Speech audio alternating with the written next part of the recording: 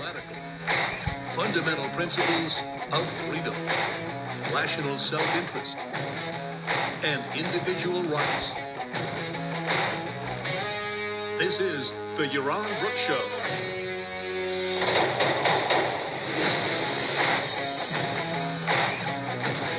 All right, everybody, welcome to Yaron Brook Show on this, Friday afternoon where you are. It's nighttime over here, and I don't know, is the video frozen or is it just me? Yeah, the video looks frozen. All right.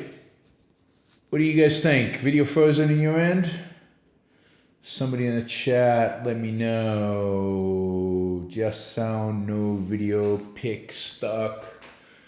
All right, let's take a look and see if I can sort this out.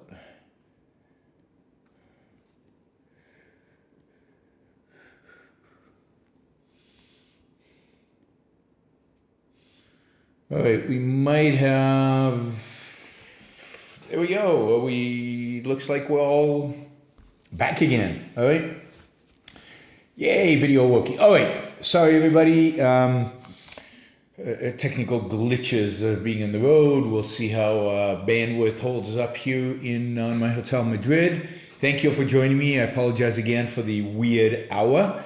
But we are experimenting with different hours and different days, and we can see how it all works. It is 10 p.m. here in Madrid, 4 p.m. On the East Coast. And yes, it is an echo chamber here. So I apologize for the relatively poor quality of the sound. So nothing much I can do about that. I got a good mic and everything, but the room reverberates, and we keep getting, you guys are probably hearing a little bit of an echo. So I apologize for that, but it is what it is. It's the price of doing these shows on the road. We're going to do quite a few shows on the road through November, really. Yeah, through December 1st. So December we'll be home, but I'll be traveling quite a bit. Roland says hi from the Canary Islands, where it's the last day of my vacation, changing planes in Madrid tomorrow again. Well, I'll wave to you. I won't be at the airport though. So yes, Canary Islands is beautiful. I've been there once. It's a nice place to vacation. So enjoy your last day there. All right, so we've got a full schedule today. As you know, Elon Musk has bought Twitter. How cool is that? I'm excited. We'll talk a little bit about that and what that implies or doesn't imply, or how it's going to all work out. It's going to be interesting, whatever happens.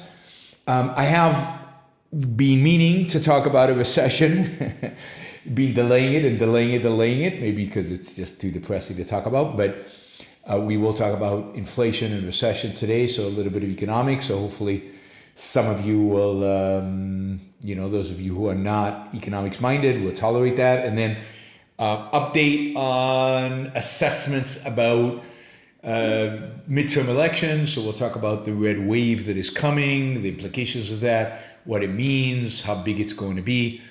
It seems like on a day-to-day basis, things seem to be changing, and the odds of a red wave seem to be altering. So we'll talk about that and what it all means. That should be a good show. Remember, you can use the super chat feature to support the show. And we've been a little low on the super chat in the last few shows. That's understandable because I'm on the road. It's understandable because most of my regulars are not listening because of the different time zones and the difficulty in predicting when a show is going to be. Everything's last minute. So I get it. That's great. So more depends on you who are listening if we're going to raise money using Super Chat. Of course, if not, those of you who don't use Super Chat, not using Super Chat, you guys, please consider supporting the show, consider supporting the Yaron Brook Show and everything that I do, my traveling, my speaking, my debating, my writing. We'll have a new essay that I wrote coming out soon in Skeptic Magazine.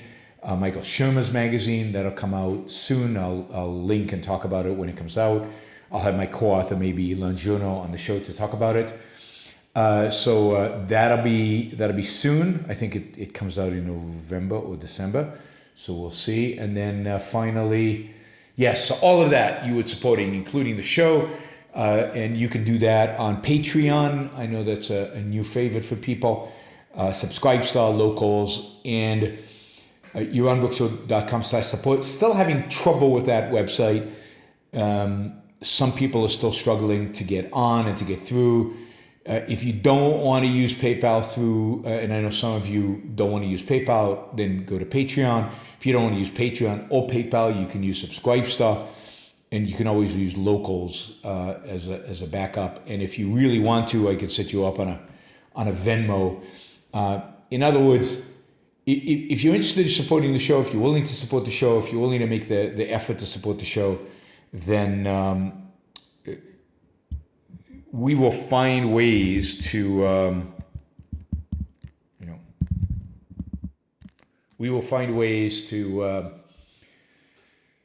get you to actually monetize your interest.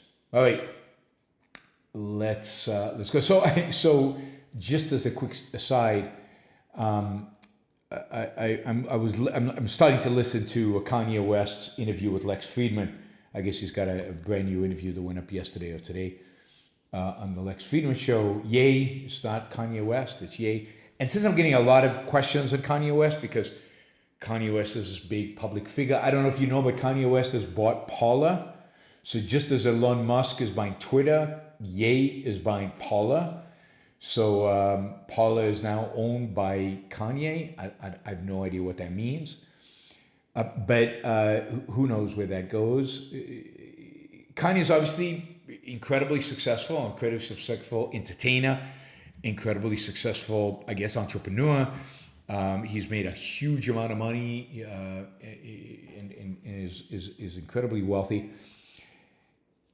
But so I'm listening, so everybody's interested, what do you think of Kanye West? And I don't know anything about Kanye West. I don't know his music. I don't like, as you know, I don't like rap. I have no real interest in him as an entertainer.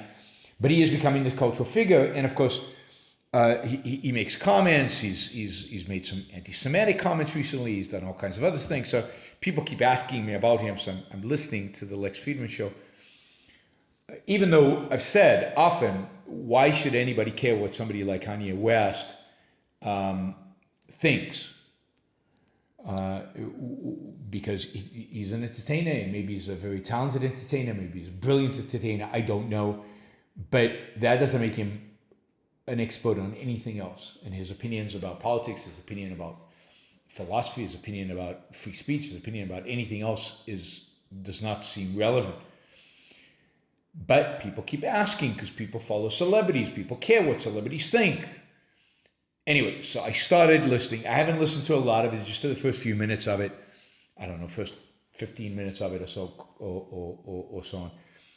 And the guy's, I don't know. I mean, he's obviously not completely there. He's rambling. What he says doesn't really make sense. Maybe it makes sense somewhere inside his head. Maybe somehow things are connected. But it's just floating, nonsensical, pseudo-clever, pseudo-smart, nothing. I'm curious if Lex is going to ask him about the anti-Semitic comments he's made. So far, they're talking about engineering. It just sounds like this guy. I mean, really, if he was not a celebrity, nobody would listen to him because he's rambling nonsensically.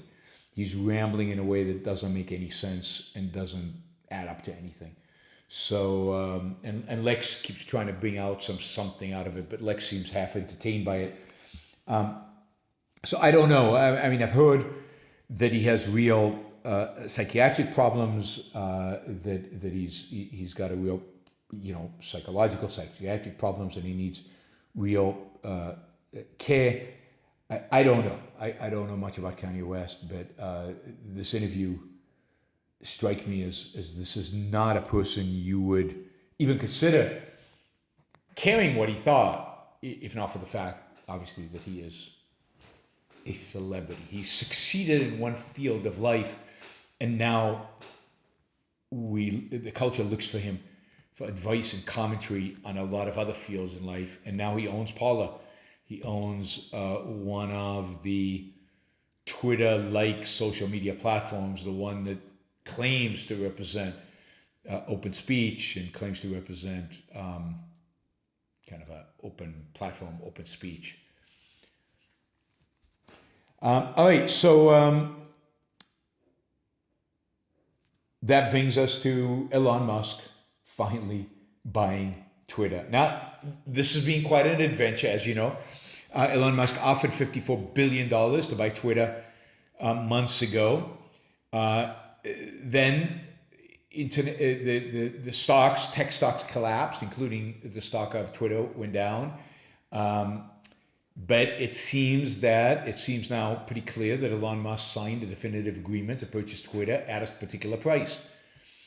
Elon Musk saw the price of Twitter collapse, maybe had a change of mind in terms of the complexity and the issues related to buying Twitter and turning it profitable. I don't know what exactly went into all his considerations, but he withdrew the bid. He said he was walking away. Funnily enough, the contract that he had with Twitter did not have a provision for him to walk away, which strikes me as massively weird and bizarre. Usually there is a provision that allows you for a fee, a breakup fee, to walk away. Either the fee was very, very large, or there was no such provision, which is shocking given the number of really, really smart people that were involved in this transaction, the number of bankers that committed to providing Elon Musk with the debt financing for this, and Elon Musk himself, who's a pretty sophisticated player. And yet here they signed a contract, and he didn't have an out. Not even like $1 billion out. And he would have paid $1 billion to get out of this because he's overpaying by probably $20 billion. Twitter's probably only worth 24 billion, 30 billion at most. So I don't know what the deal is with this contract. I don't know how it got signed. I don't know who is responsible. Anyway, Elon Musk isn't suing anybody, so it sounds like he's taking responsibility for it. So he signed the deal, he backed away from it, and Twitter said, whoa, you can't do that. We've got a signed contract. And they took him to court.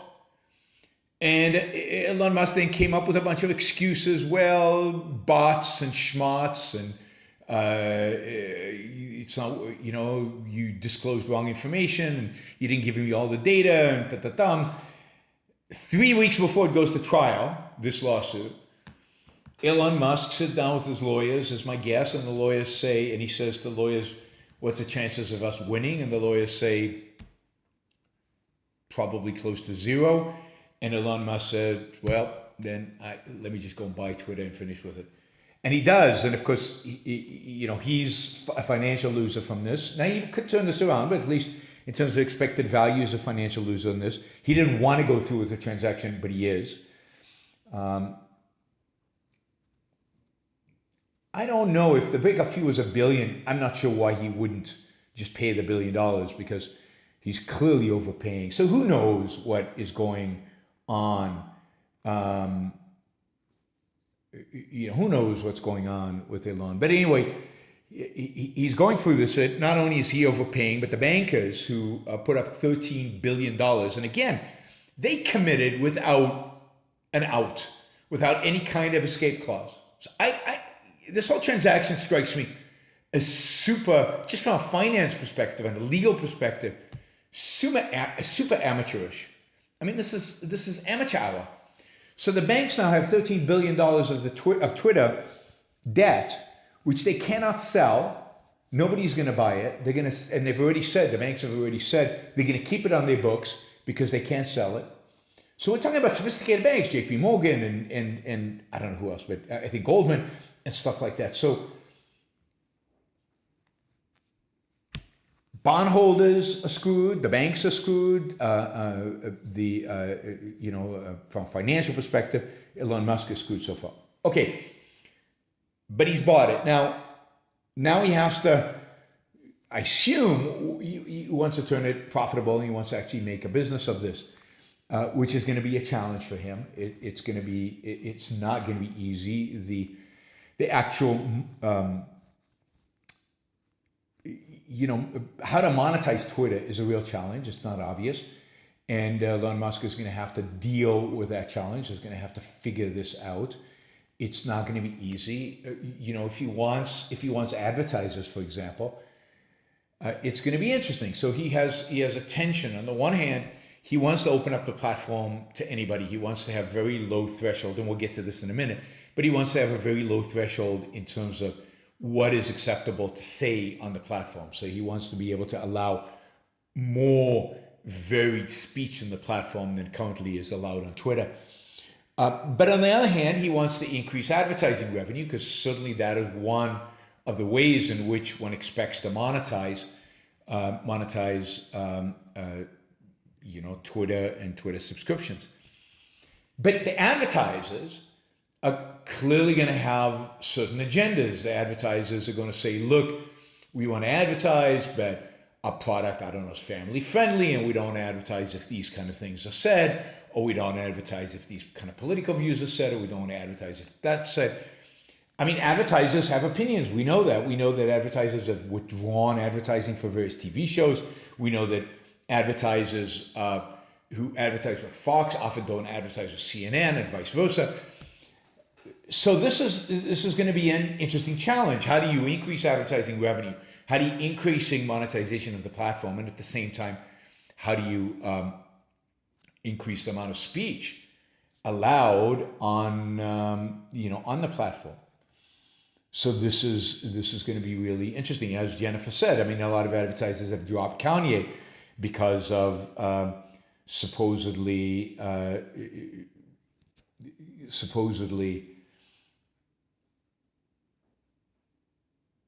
if advertisers have dropped Kanye because of the anti-Semitic statements that you made, how is all this going to be balanced out on Twitter, right?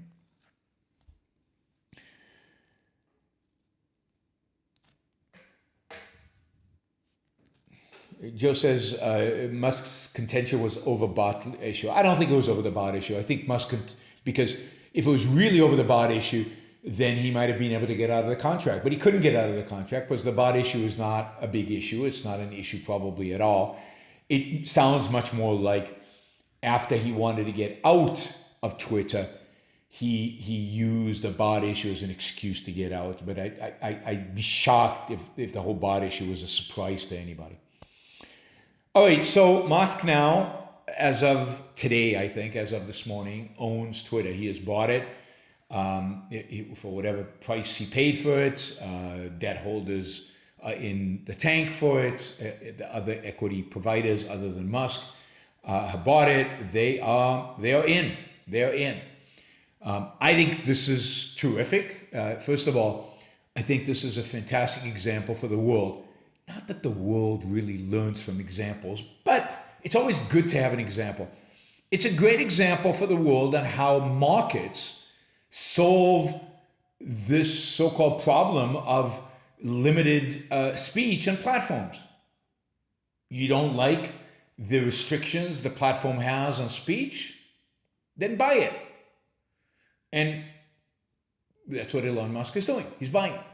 And you say, well, Elon Musk is rich, other people couldn't do it. Well, other people could get together. They could form a group to buy it. They could take on more debt. They could use leverage buyouts. There are lots of ways in which sophisticated investors can buy something even when they're not as rich as Elon Musk is rich. So I think it's amazing. It's wonderful that he bought it. Whether it'll be successful or not, I don't know. But that's not the issue. The issue is that it's really cool to see the supposed problem, and I'm not sure there is a problem, supposed problem of Twitter having too restrictive a say in what people can say on that platform, that problem going away by basically somebody like Elon Musk buying Twitter. Now, it would be interesting. I'm interested. If everybody who's cheering Elon Musk buying Twitter and saying this is great, this is a great, great for, this should be good, this should allow it to go through because this is private property and it's great because the far left is yelling and screaming and really pissed off because they're saying, wait a minute, it's the public square. How can Elon Musk now own it? It's privately owned and he's going to limit our speech. He's going to constrain us. That's the left yelling and screaming because Elon Musk is supposedly associated with the right. Imagine, and the right is saying, oh, no, don't do that, private property, Elon Musk, But imagine if George Soros bought Twitter. Oh my God. Would Trump and everybody else be flipping out and yelling and screaming? Even if, by the way, George Soros committed to expanding speech and having more points of view and returning Trump and having everybody on the platform, just because there was somebody on the left who bought it, people would be flipping out and yelling and screaming and being upset. I mean, the people on the right this time, the people on the left would be embracing it. I mean, it's amazing how much of people's opinions, how much of people's attitude is dictated by where they are on the tribal Venn diagram or tribal map, which seems to determine more than anything else. Wes, thank you. Wes just supported the show with $50. Really appreciate it. He can't stick around, but he wanted to support us. That's wonderful. Thank you, Wes. All right, so Elon is now in control. Elon has said he wants to expand viewpoints. Of course, one of the first things that happened when Elon took over Twitter this morning, or was it yesterday, he basically fired the CEO, which makes sense. He fired the CFO, which again probably makes sense, and he fired the legal counsel and the people responsible for any kind of content moderation. They were all fired. So. So they've all been escorted out of the office. They're all gone. Elon Musk is now officially in charge over there. He is the CEO, CFO, CRO, Chief Content Officer. Jack was not on the payroll. Jack hasn't been on the payroll, for a year, 2 years? Jack hasn't been on the payroll in a long time. Jack is gone and has been gone for a long time. At least a year.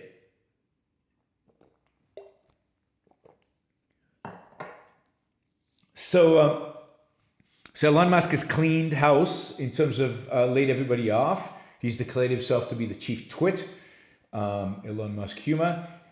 He is now basically running shop. He's committed to laying off a lot of people. At some point, there was talk about 75% of the people, but it looks like it's going to be significantly less than that. But there's going to be a lot of layoffs, a lot of turnover, a lot of rehiring, a lot of new appointments. They're going to have hire a lot of new people for the C-suites. Now, Elon Musk is excellent at hiring people. Remember, Elon has started and run and, in a sense, own a variety of different companies. I mean, he can do that because he has delegated, and he's very good at delegating the actual running of the business and running aspects of the business to a variety of different people. From everything I hear, he's excellent at hiring quality people and leaving them alone and letting them run the place. This is why he can get so much done. This is why he is so productive and so efficient. So Musk is an extraordinary businessman in his ability to run multiple businesses and do so well, and hire extraordinary people that can be left alone to run the businesses for him with his oversight. So Musk is now taking on this additional role of being CEO of Twitter. We'll see how long he stays CEO and how quickly he hires a CEO basically to run day-to-day operations over it. Somebody said Jack Dorsey. Yeah, Jack Dorsey's gone a long time ago, but he is, one thing that's interesting also came out today. Jack Dorsey, about a year ago, maybe 2 years ago, said that he was starting a new venture, which was going to be a social media company, a Twitter-like company, but it was all going to be on the blockchain. It was all going to be, it was in a sense going to be peer-to-peer kind of Twitter. I think it's called Blue Sky. So nobody actually can control the network. The network is I don't know how these things work, but the network somehow is on the blockchain. It's all encrypted. Nobody can control it. Nobody can edit it. Nobody can, take stuff off. You own the posts that you put up there. Nobody else owns them. So it sounds like a pretty powerful platform, Twitter-like, supposedly. Anyway, Jack Dorsey supposedly was working on this and has been working on this in the background for a few years. He started working on it while he was CEO of Twitter. He saw what was coming in terms of the controls and the pressure and the influence that was placed on Twitter because A, it's for profit, and B, so it needs profit in order to sustain itself. It needs profit in order to have capital to continue investment. But here he found a way, this Blue Sky supposedly is all done. In some way, it's actually a nonprofit kind of venture where, I don't know enough about how it exactly works, but it's anonymous and, Twitter, in the blockchain. That's my understanding. Anyway, whatever that means. And supposedly he launched the beta of the product today, the same day that Elon Musk started with Twitter. Twitter has got its competition from Jack Dorsey. So Jack Dorsey launched his beta today. All right, let's see.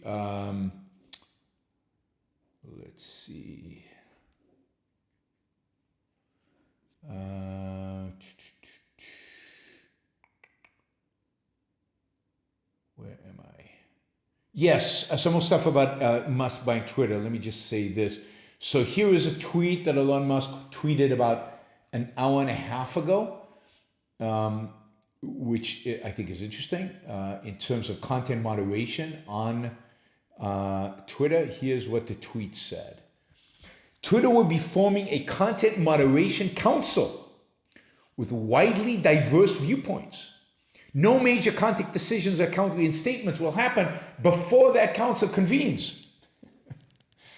So this is fascinating. I told you months ago that buying Twitter, running Twitter, figuring out what content moderation in Twitter would be is not easy, not straightforward, not simple, and that Elon Musk was going to discover that this is complicated and this is hard, and that he trivializes this, and everybody. Now I don't know that Elon Musk could trivialize it, but people trivialize it. Oh, we'll just open everything up. It doesn't work that way. You need content moderation. What does that content moderation look like? Well, now we're going to have a council. By the way, Facebook has a council already, has had a council for a year or 2 or 3, I don't know. So now we're going to have a council to decide on content moderation, and we're not going to reinstate anybody until the council convenes. It just seems like, wait a minute. What is all the yelling and nonsense and hoopla and stuff been about if you're just going to appoint a content moderating council? So it turns out even Elon Musk thinks that you need content moderation. Go figure. All right, let's see. With the net worth of Elon Musk and Kanye West wouldn't they be less interested in profit and far more interested in lasting legacy? But lasting legacy and profit are the same thing. There is no lasting legacy without profit. The fact is that what does profit make possible? Profit makes possible the sustainability of the business long term. You can be the richest man in the world, but the business can eat out your cash flow so quickly. If you want to, for example, Elon Musk just bought Twitter for $44 billion. Twitter's losing money.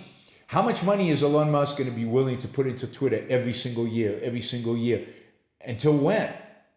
The only way to have a lasting legacy is to build a profitable company where the profits sustain it into the future. It's not a matter of how wealthy you are. It's a matter of, do you build a sustainable business? Do you build a business that is lasting? Let me be clear, a lasting legacy is a profitable legacy, at least in business, if you're trying to build a business. Now, if this is a hobby, then it's probably not a lasting legacy. It's a hobby, and it's a question of how long can you afford to sustain the hobby. But then recognize it's just a hobby.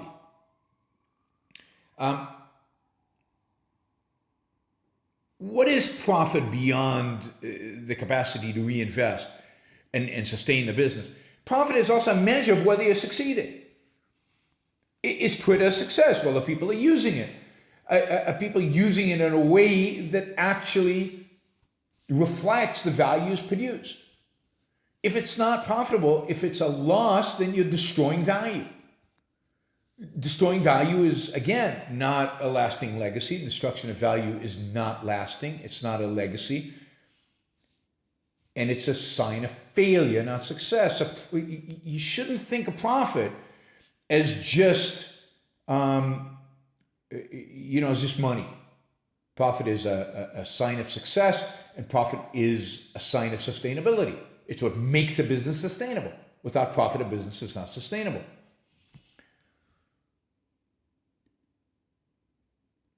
Let me just see if there's any.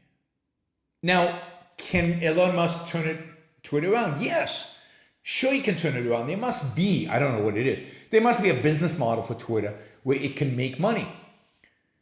But I'm not sure that making money is 100% compatible and sustaining the business and keeping it going in the long run and growing it and making it this wonderful, forum in which people exchange ideas on a massive scale. I'm not sure that is compatible with very, very open moderation. I think one of the reasons you need moderation is in order to make it profitable and big. Now, we'll see. He has these two goals: to open it up and reduce moderation, to have minimal moderation, to basically allow for all speech that is not illegal speech. Although he did say to his advertisers, he wrote a letter to the advertisers in which he said, well, we also want it to be a warm and pleasant place for people to engage in ideas and so on.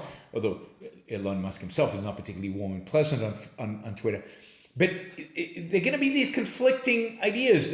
I think the advertising model and the revenue model are going to require more content moderation, and yet his so-called free speech view is going to require less moderation, and I think those two come into conflict, and there's a real challenge there, and how he resolves that, and how can he figure out how to make money at the same time while doing all of this. That's going to be the challenge, and that this is the beauty of capitalism. He gets to try. He gets to put his money where his mouth is. He gets to go out there, and he gets to not just complain about Twitter, not just say I could do a better job, not just to say these people don't know what they're doing. He gets to actually go there and show the world what he can do, and we'll all see. Can he turn Twitter around and make it a profitable business? So, we'll see.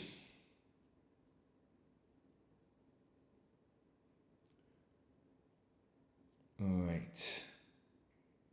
Okay, let's do a couple of quick super chat questions, and then we'll talk about inflation and recession.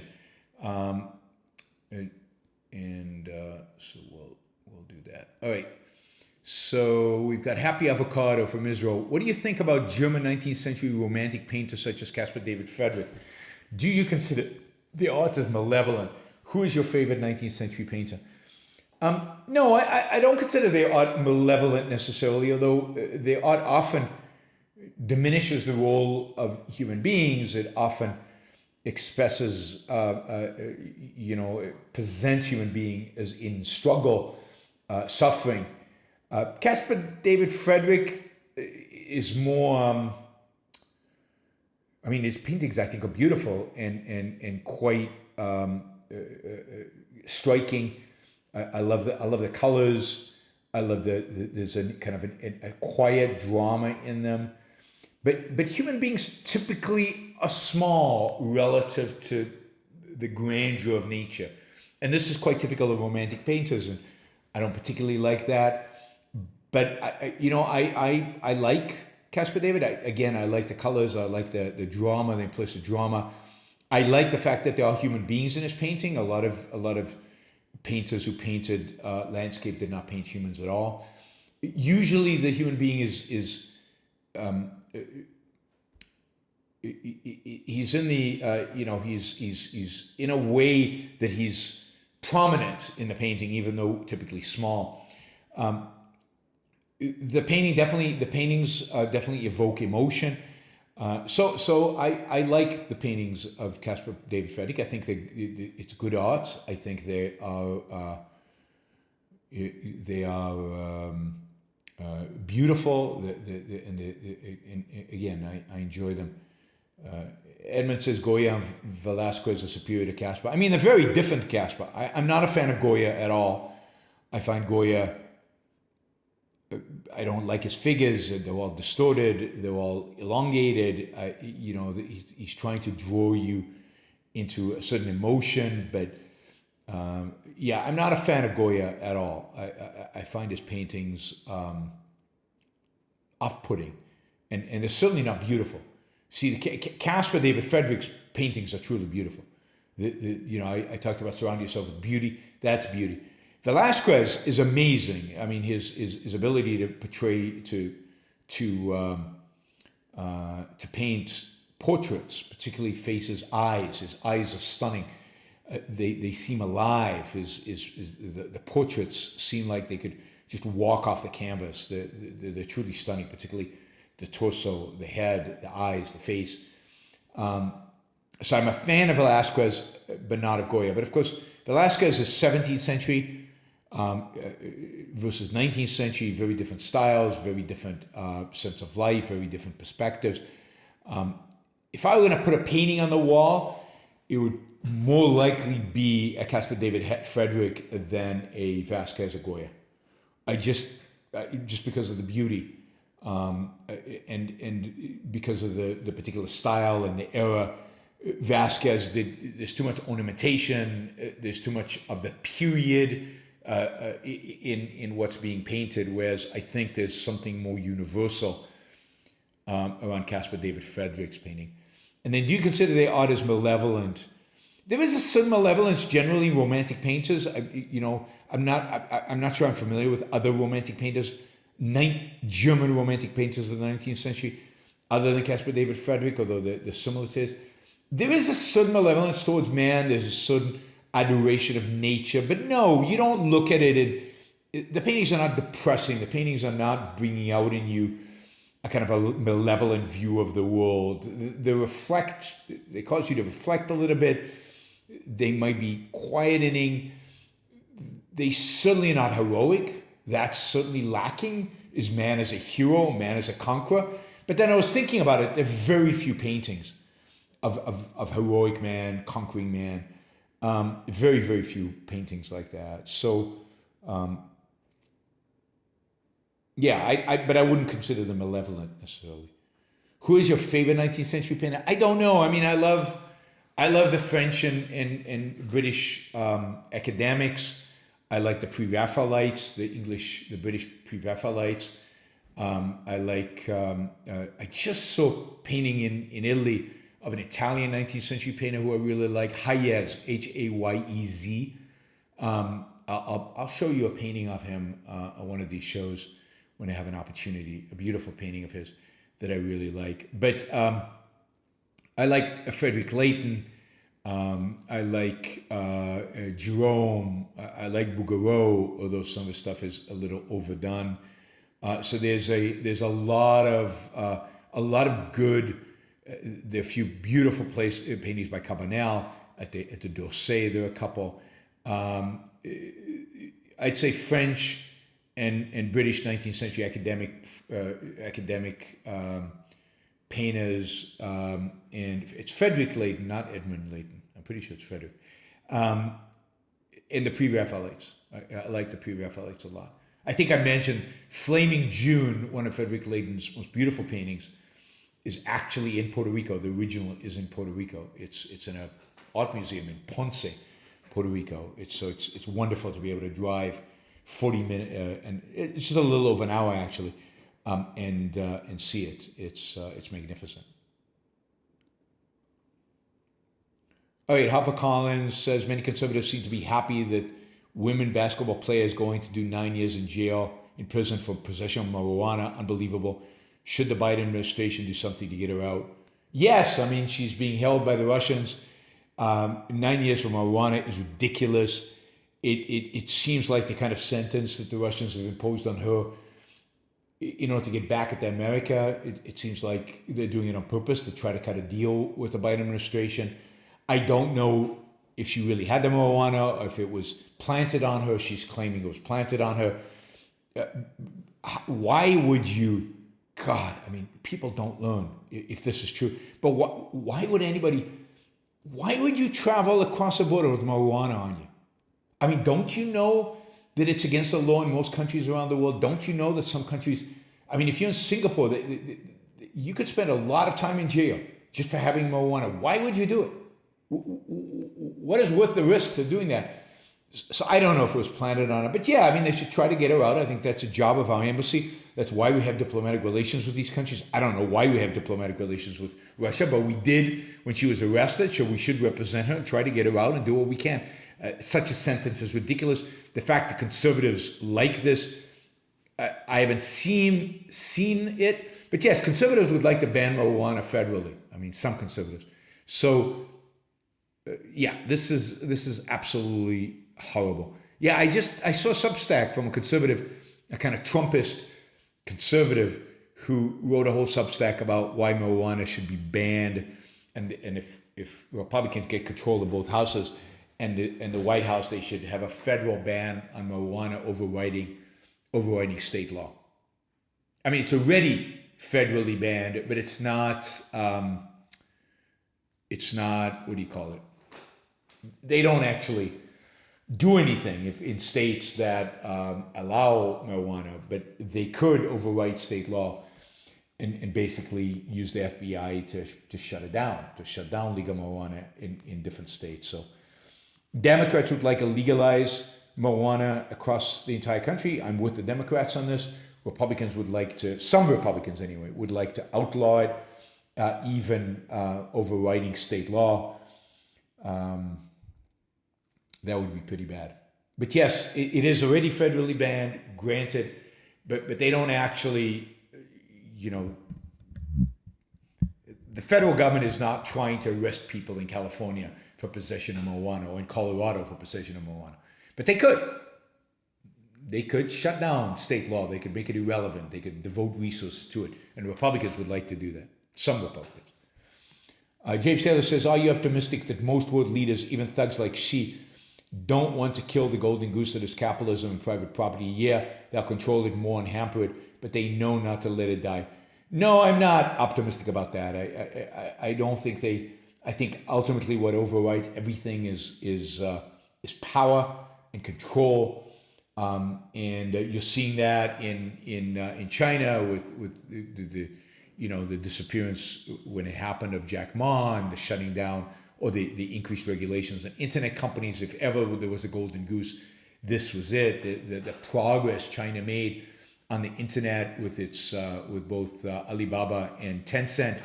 These companies were giants. They were innovative.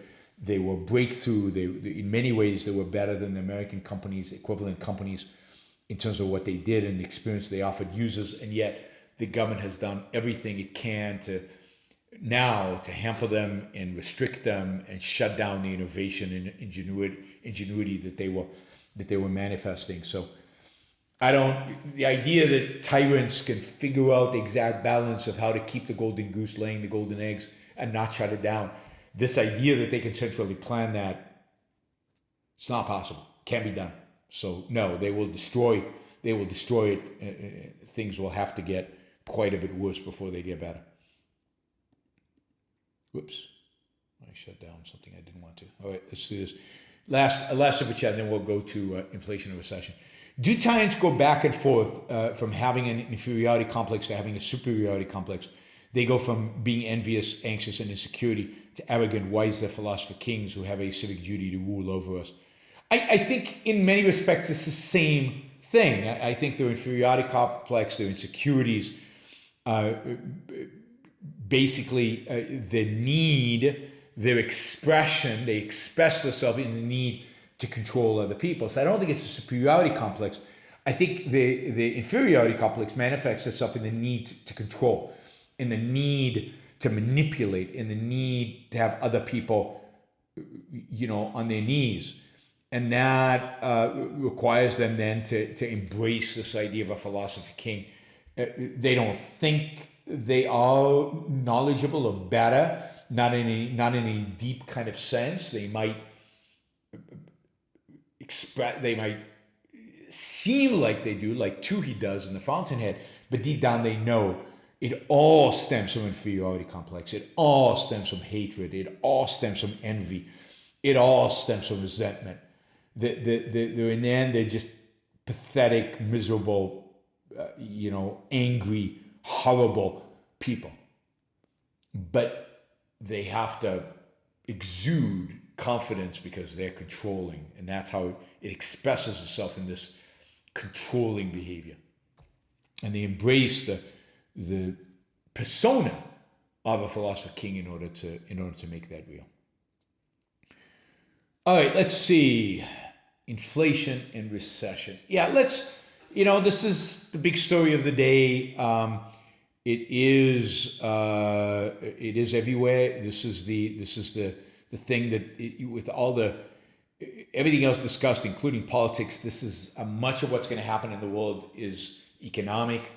The world is facing real economic crisis. Stock markets might be going up right now or down on any given day, but generally we are facing significant crisis. And I just thought we'd go over some numbers to kind of see where this came from, what's going on right now, and what we can expect moving into the future and what we can expect next year. I mean, all of this is really a consequence of the existence of central banks and the fact that central banks have no real limitations on their ability to print money. The Federal Reserve basically has complete discretion over how much money it prints, when it prints it, what it uses that money for. I mean, it has some boundaries, but often in times of crisis, those boundaries, even legal boundaries, are brushed aside. We saw that in 2008, 2009. We saw that again in 2020, where the Federal Reserve just did whatever it needed to do, whatever it thought it needed to do in order to, quote, save the economy. Even things that are clearly not in its mandate, even things that it's never done before, even things that most of us in the markets, and I think most people in politics, assumed that they couldn't and weren't allowed to do. They still did. Federal Reserve, central banks are this incredibly powerful central planning entity, central planning organ of the government, with the ability to print money with no limitation, with no constraints. And this has been going on really since 1914 when the Federal Reserve was established. The Federal Reserve was a cause of the Great Depression. I've talked about this in the past. Cause of the Great Depression lasting as long as it did, together with FDR. And the cause of the great inflation in the 1970s and everything else that happened. But let's talk about modern history. The fact is that over the last 15 years, the Federal Reserve, or 14 years, the Federal Reserve has been printing money at an unbelievable rate. In 2008, And the point I want to make here, before I give you a little bit of history, let me tell you why I'm doing this. The point I want to make here is that, like all central planners, the Federal Reserve fundamentally does not know what it's doing. The Federal Reserve cannot predict the future. The Federal Reserve cannot tell what its behavior will actually result in. It is miscalculated over and over and over again. It has caused massive amounts of damage in our economy, in our lives, in our world, over and over and over again, over decades. It has gotten more sophisticated. It has more models. It is the largest employer of PhDs in the world, I think. PhDs in economics. And yet it does not fundamentally know what it's doing. Because it cannot. Because central planning cannot work. Because you cannot force an economy. You cannot curse a market. You cannot dictate to people what their value should be. And that is exactly what the Federal Reserve tries to do. It tries to manipulate us, incentivize us, dictate to us how and what we should behave in the marketplace in terms of our savings, our consumption, our investment, our production, our time horizon, how forward-looking we should be. All of that is influenced by their ability to manipulate money and interest rates. And the two are very related because they manipulate interest rates by manipulating money, by buying and selling money, in a sense, by printing and sucking out of the economy money or bonds, but at the end of the day, it's money. And by manipulating that interest rate, they are destroying the ability of businessmen to plan properly. They're destroying the ability of savers to save into the future. They're destroying the abilities of consumers to figure out what they should buy now, what they should buy later, how much they should put aside, how much they should invest, what investments make sense, what investments don't make sense. And they turn financial markets into, to some extent, into a type of casino. Now, because of the financial crisis in 2008-9, all the old rules of central banking and the Federal Reserve were thrown out the window. In 2010, the Federal Reserve formally introduced the idea of quantitative easing, QE, which is basically unrestrained money creation. And this was going to be a standard tool of policy. Never in history has a central bank ever done anything like, as far as I know, anything like quantitative easing. Not in the United States anyway. This was the idea that the bank would go out there into the markets and buy government bonds, in other words, monetize the debt, buy private bonds. This is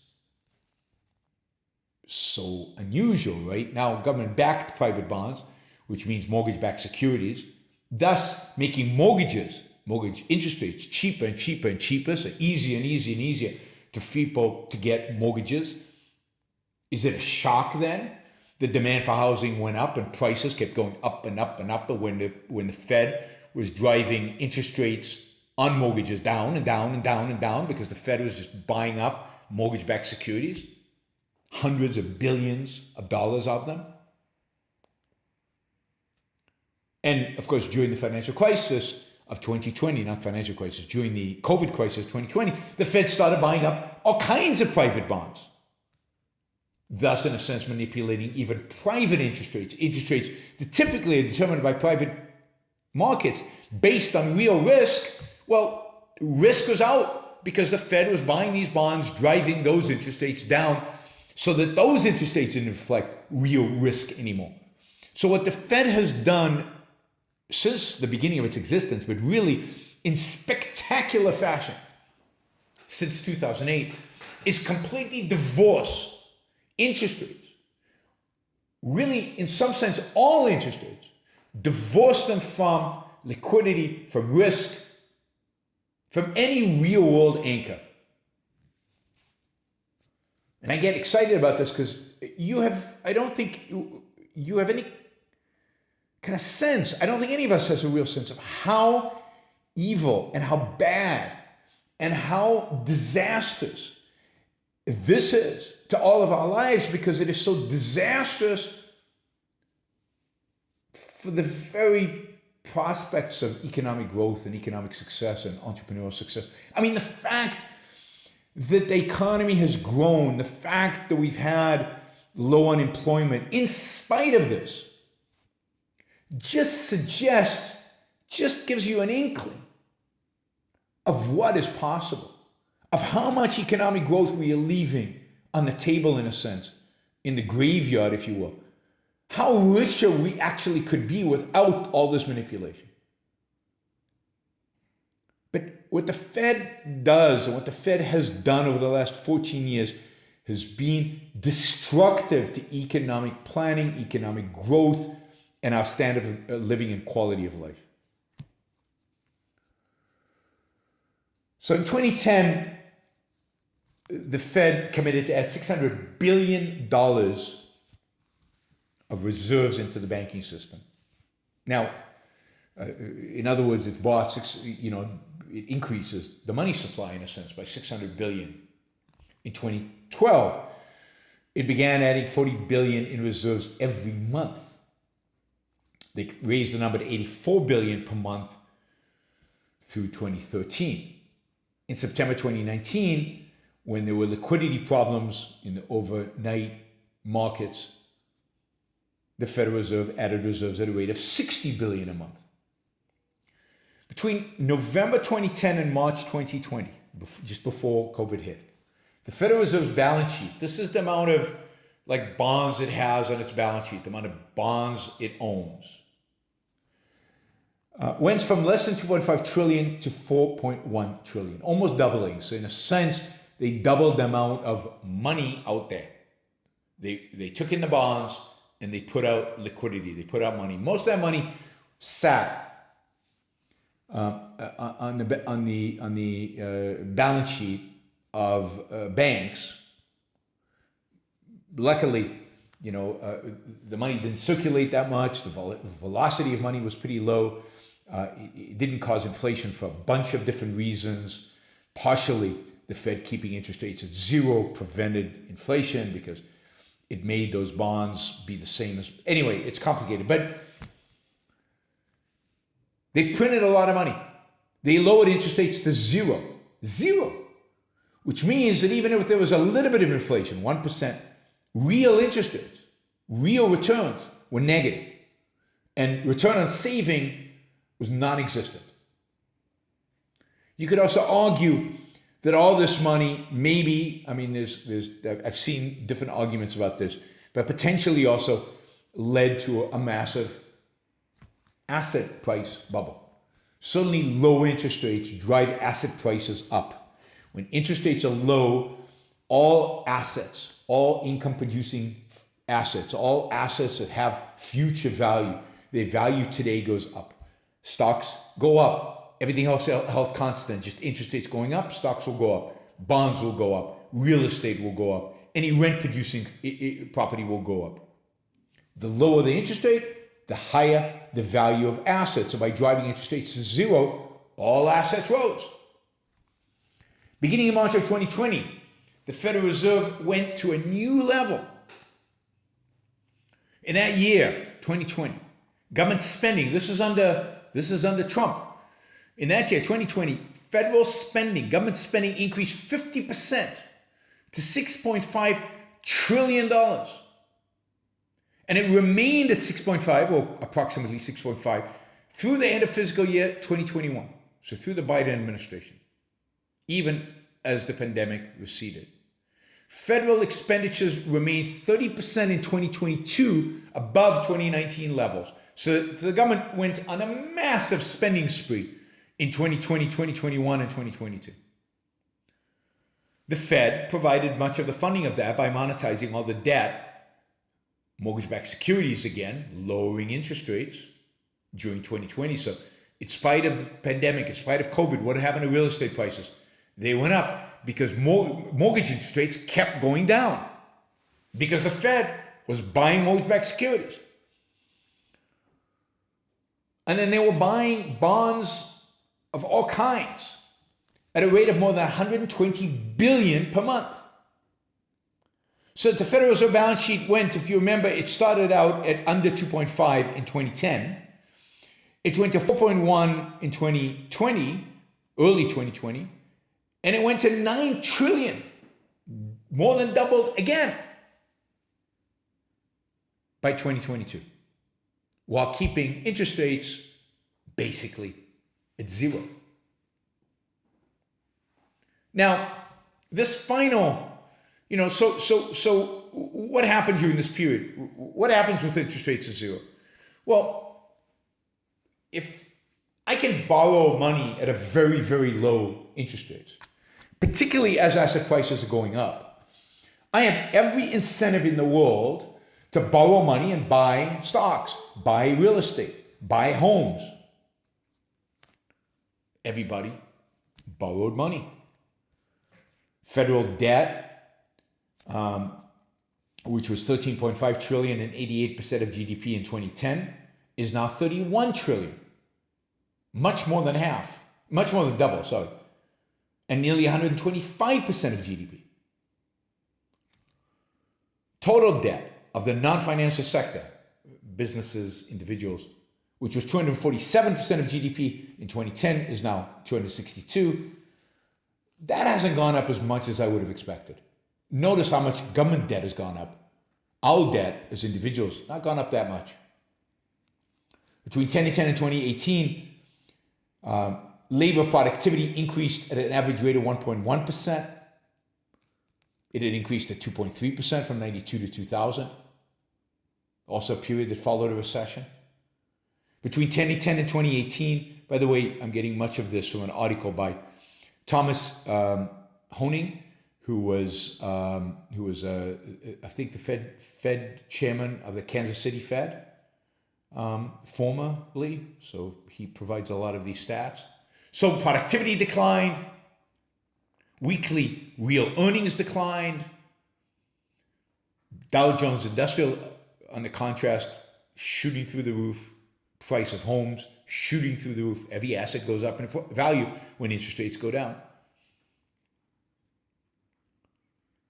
And of course, the ultimate consequence of all this is that in 2022, we are facing, for the first time in 40 years, real inflation, real price inflation. Prices, CPI, consumer prices, the prices you pay for the stuff that you buy, the stuff you need in order to live, has gone up by 9%, 8 point something right now, peaked at 9%. I'm not sure it's peaked yet, we'll see.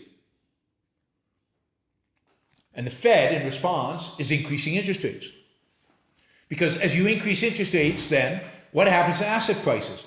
Well, if when interest rates go down, asset prices go up. When interest rates go up, asset prices go down. Stock market, way down. Housing prices on the way down.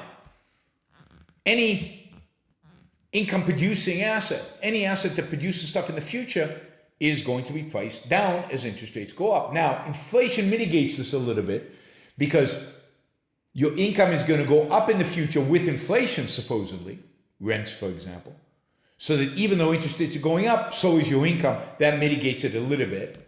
So industries that can raise prices are going to see their value decline slower than industries that have a harder time raising prices. But generally what we're seeing right now is the Federal Reserve increasing interest rates with the hope of slowing down economic growth, with the hope of reducing asset prices, with the hope of ultimately reducing inflation, reducing demand for goods, reducing the amount of money chasing goods, reducing businesses' expectation about inflation, and therefore businesses' incentive to raise prices, and thus capping inflation and starting to moderate it down to 2%. And the idea is that if the Fed does it just right, if they increase interest rates just right, just to the right amount, just to the right level, then they will be able to decrease economic growth. They will be able to slow demand in the economy. They will be able to reduce price inflation just enough so that it comes down to what they view as an ideal 2%. I don't know where they get the 2% as ideal from, but an ideal stable 2%. They will be able to do this without a massive recession, without actually economic growth going negative, without millions and millions of people losing their jobs. Now they realize that unemployment is going to increase, but how much? They think it's, maybe it'll increase from now 3.7% to 6%. But this is called the soft landing. The soft landing is, can we reduce inflation, price inflation, without really destroying the economy? Now they have two tools for this. One is the increasing interest rates, which we see, they let us know all the time. But in the background, what they're also doing is sucking money out of the economy. You remember before, they were putting money into the economy by buying bonds. When you buy a bond, you get a piece of paper and you send money out. Where does that money come from for the Fed? They print it, electronically print it. But the money goes out into the economy, a bond goes onto the balance sheet of the Fed. When they reverse that, they sell the bond into the market and the money comes back. As they sell the bond into the market, that drives interest rates up because buyers are not going to buy that bond unless they get compensated for it. So they're going to drive its price down, its yield up. The yield is the interest rate. So this is all working together. Driving up interest rates, selling bonds, shrinking the amount of money in the economy.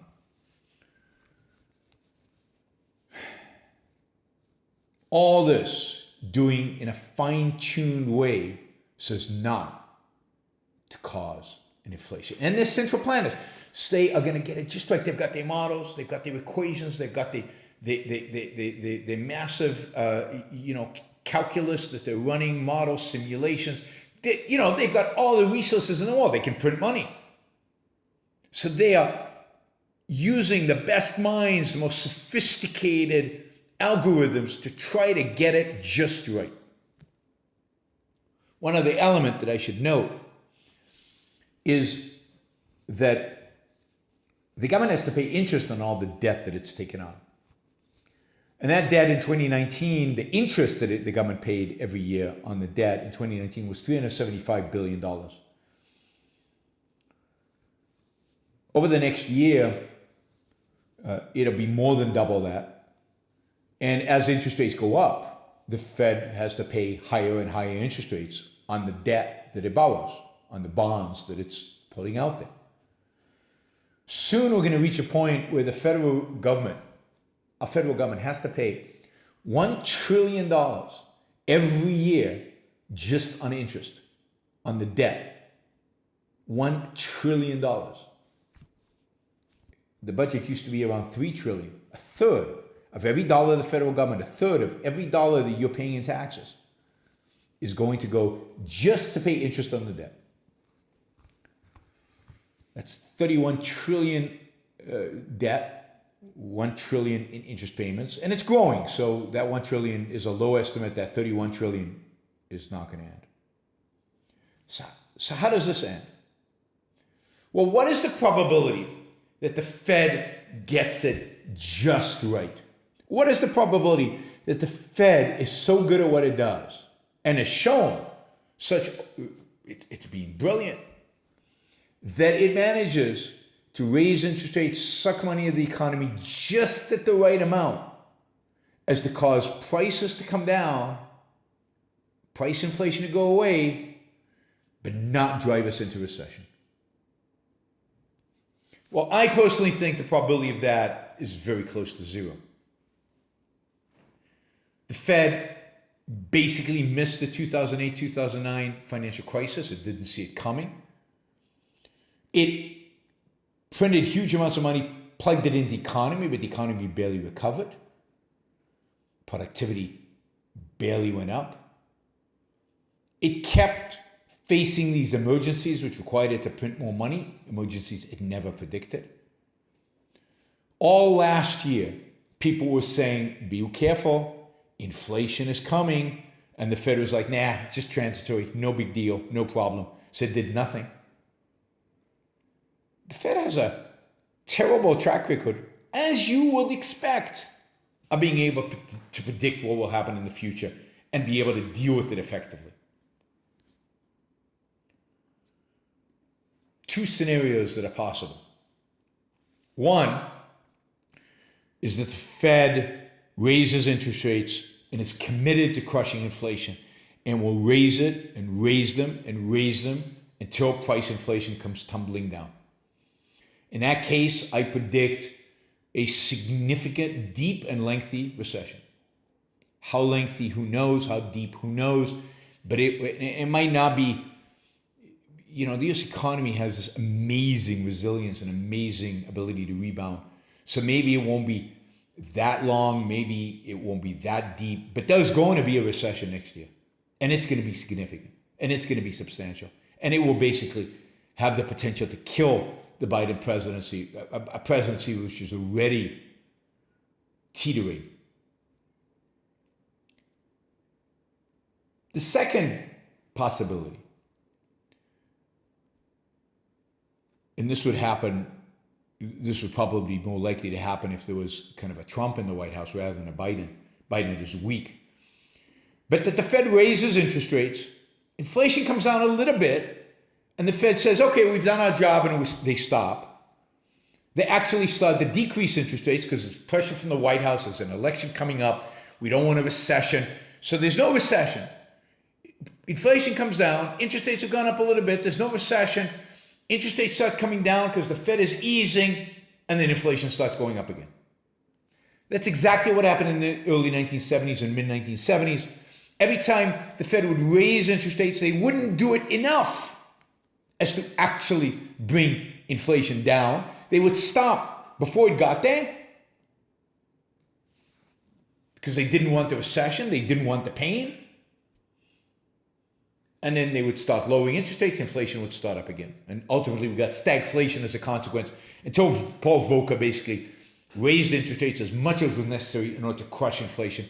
And of course, it wasn't just the crushing of the inflation, it wasn't just Paul Volcker, it was the deregulation under Jimmy Carter and Ronald Reagan, it was the tax reform under Ronald Reagan in 1982, or the tax changes, both increasing taxes and decreasing taxes. And it was the fact that it was Ronald Reagan in the White House and not Jimmy Carter. All of that together is what ultimately brought inflation down. But none of that do we have right now. I think markets will generally view a Republican victory in a week from now in the elections as a positive vis-a-vis inflation, but not a big positive. Because you're still going to have the problem of the Fed, you're still going to have the problem of a probable, almost certain recession. And if not a recession, then more inflation. So it's likely inflation is going to continue because the Fed won't do enough. And if the Fed does enough, you'll get a deep recession. And that's where we're headed. So the volatility in the market, not going away. A stock's bottomed out? Unlikely. Is a recession fully priced? I don't think so. I don't see it. I don't see it. And nobody knows how deep the recession will be. And nobody knows when it's going to happen. So we're still in for volatile times. We're still in for huge amounts of uncertainty economically. There are going to be layoffs. Unemployment is going to rise. I wouldn't be surprised if it goes up above 6%. So no job, I think, out there is completely safe. I think tech, you're going to see some real layoffs in tech, but you're going to see some real layoffs across the board. You're seeing a slowdown in tech already. Apple is seeing it. Facebook is seeing it. Google is seeing it. We're facing, I think, a tough 2023. That's my prediction. I mean, I hope Republicans coming in to the House and the Senate behave like adults. I hope what they ultimately do is cut a deal with the Biden administration to cut spending. I think that's the only thing that will help, that can assist in trying to mitigate the impact of inflation and try to mitigate the impact of rising interest rates and try to mitigate the fear and ultimate fear of government default, of government inability to pay back the debt, or the interest payment on the debt getting so large as to be, a real challenge. My bigger concern is that the current crop of Republicans coming into the House and Senate don't care about economics. They have no interest in economics. They're not pro-free markets in particular. They're not pro-limiting government spending. They want it to spend government money because they want it for their own causes, for their own ability to manipulate the world. They're not interested in bringing sanity to the economic sphere. So I'm worried, and this brings me, I guess, to the question of this red wave election. I mean, the last week, 2 weeks, 3 weeks have been really bad for Democrats. Democrats are taking a beating in the polls. Fetterman in Pennsylvania took a beating in his debate. The guy had a stroke and he cannot speak and he doesn't sound like he's all there. You've got a president who doesn't sound like he's all there sometimes. But now you can have a senator from Pennsylvania who's not all there. The alternative is Dr. Oz, who is way behind in the polls, but as Pennsylvanians are discovering that the Democratic candidate might not be there, I think many will stay home. And I think some will just vote for Dr. Oz just to have somebody who they can understand, speaking, representing them, even though Dr. Oz is probably an awful candidate and will be an awful senator.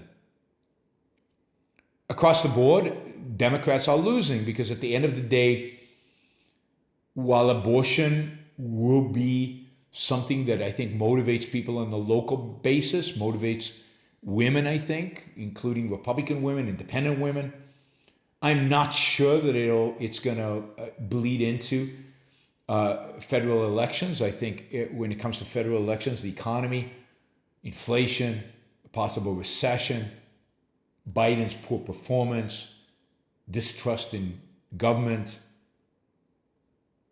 are much bigger issues for most people. And then, of course, crime is a huge issue. We've got rising crime throughout the United States. Again, I think it's nowhere near as high as it was in the 1990s, but it's rising. It's not good. People associate this, whether justifiably or not, it doesn't really matter. Whether empirically it's justifiable or not, it doesn't really matter. They associate with defund the police, the agenda of the Democrats. They associate the Democrats with defund the police. They associate Democrats with woke. They associate the Democrats with CRT. I've told you, the American people will not tolerate critical race theory. The American people will not tolerate woke. The American people will not tolerate defunding the police. As long as the crazy left dominates the headlines and people continue to associate the crazy left with the Democratic Party, which they should, because it's them, Democratic Party cannot establish a governing majority.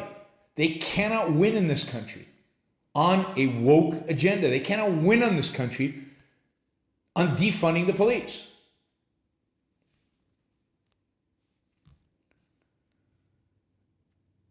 And the consequence of that is that they cannot win. And people are going to vote for Republicans, it appears, in Senate races and in House races. And it now appears, it looked like a toss-up a few weeks ago between Republicans and Democrats in terms of winning the Senate. There was a good chance, good probability they would stay at 50-50, which is good for the Democrats, bad for the Republicans. Now it looks like the Republicans might gain 1 to 2, maybe 3 seats. We will see.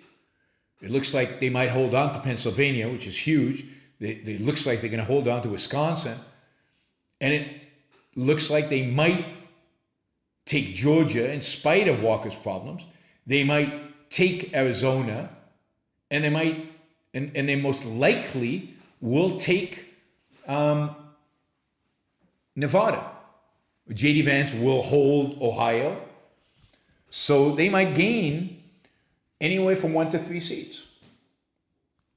And now let me just, and they could gain a lot. They could gain 40, 50 seats in the House. I don't think that would be a surprise at all. Again, during the summit, it looked like they would only gain 20, maybe, still have a majority, still win the House.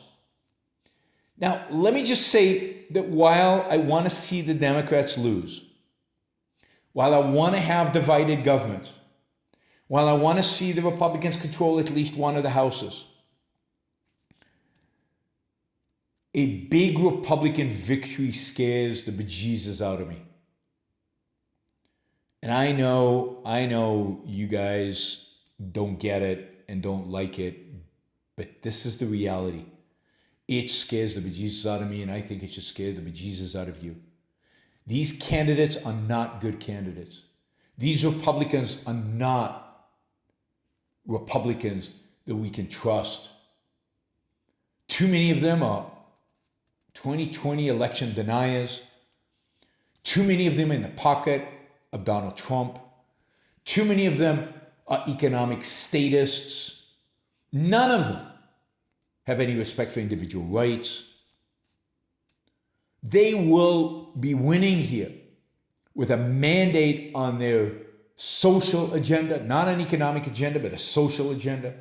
It's not like any of them presented a program of how to cut inflation, how to protect us from recession. Not a single one of them ran on an economic freedom agenda. They're going to get elected and stand for what? I think if Republicans gain 2 to 3 seats, that'll mean that all of Donald Trump's candidates have won. That'll mean that it's almost a certainty that Donald Trump will run. I think if Donald Trump runs for president and declares early, DeSantis will not. And we've got a good likelihood of a Donald Trump presidency in 2024. And even if Donald Trump runs in 2024 and loses, then we've got a real potential for constitutional crisis where many of the people that are going to win elections in a week and a half are going to undermine the Constitution and declare Donald Trump the winner, even if he doesn't win the popular vote. I mean, it scares me, the kind of people that are being elected in Arizona. It scares me, the kind of people that are being elected in Wisconsin and in Michigan. It scares me. I mean, the only state that seems to be solid in terms of good Republicans are going to get elected is Georgia, where the election deniers have not been successful in taking kind of and beating out the election of the Republicans that stood up to Donald Trump. But everywhere else, people who stood up to Donald Trump are being crushed or exiting politics. The current governor of Arizona, exiting politics. Who is the other governor who was the governor the guy running in New Hampshire, the Republican running for the Senate in New Hampshire is a complete nut, conspiracy theory wacko. If he wins, God help us. God help us. So the ability of the authoritarian Republicans to create a constitutional crisis in 2024 and basically install an unelected person as president, scary stuff. And we're heading towards scary times, and the massive Republican victory. My hope right now is, and it's not going to be fulfilled, unfortunately, but my hope is that Republicans, if they win the Senate, they win by 1 seat. And if they, and that seat is Nevada. I hope they don't hold Pennsylvania. I hope Oz doesn't win. I hope we'll see if they can overturn.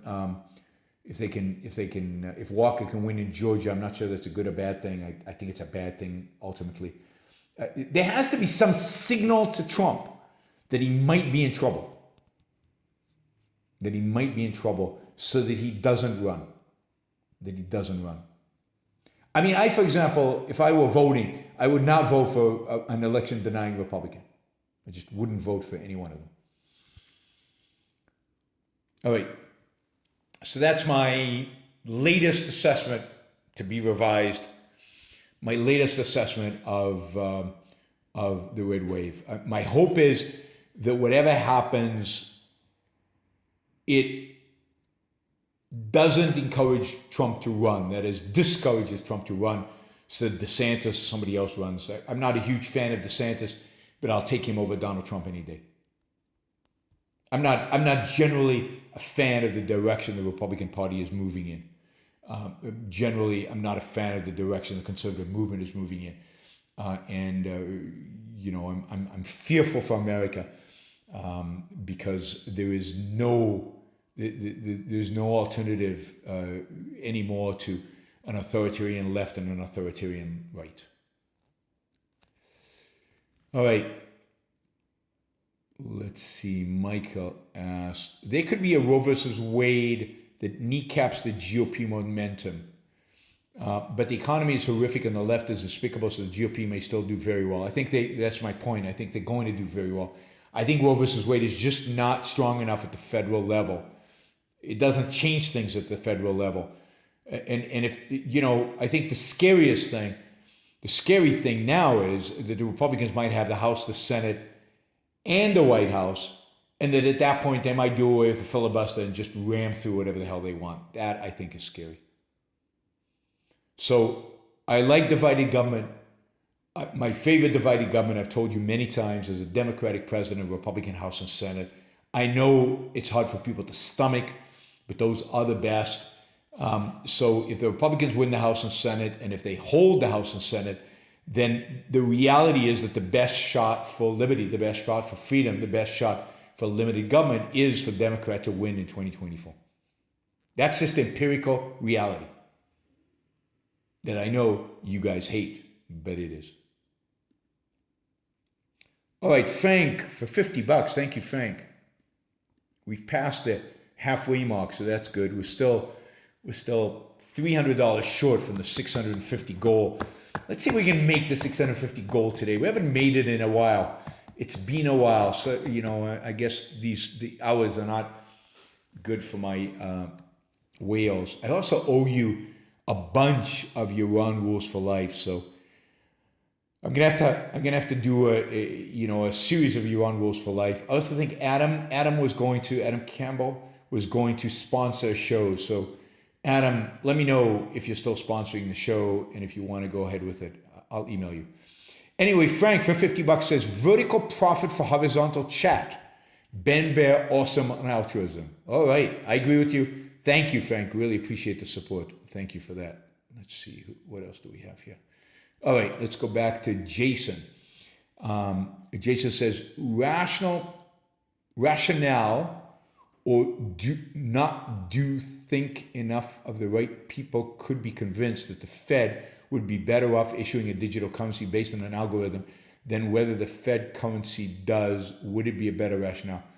Well, I'm against a digital currency, period, because put aside the algorithm part of it, but I'm against the digital currency, period, because it basically eliminates all privacy. A Fed-issued digital currency basically allows the government to know every single purchase that you make.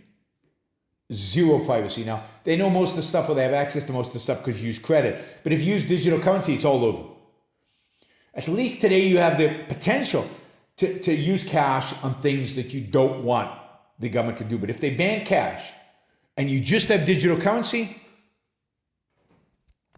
Fed issued, then forget it. Privacy is history. It's gone. What I do think would be better for the Fed if we had to have a Fed, and as you know, I'm against having a Fed, but if we had to have a Fed, is a Fed that followed a rule. There are a variety of different rules out there, but one rule is called the Taylor rule. I mentioned this, and it tells the Fed what interest rate should be at any given point. Another rule is a rule that basically sets targets for nominal GDP. I'm not going to get into that too much, but any one of those would be a significant improvement on what the Fed is doing today. Troy, thank you. Troy just got us to 650, as he often does. Troy Beaton from Australia. Really, really appreciate that. Thanks for the support. Thanks for being here. I have no idea what time it is in Australia. Here in Madrid, it is 11:30 at night.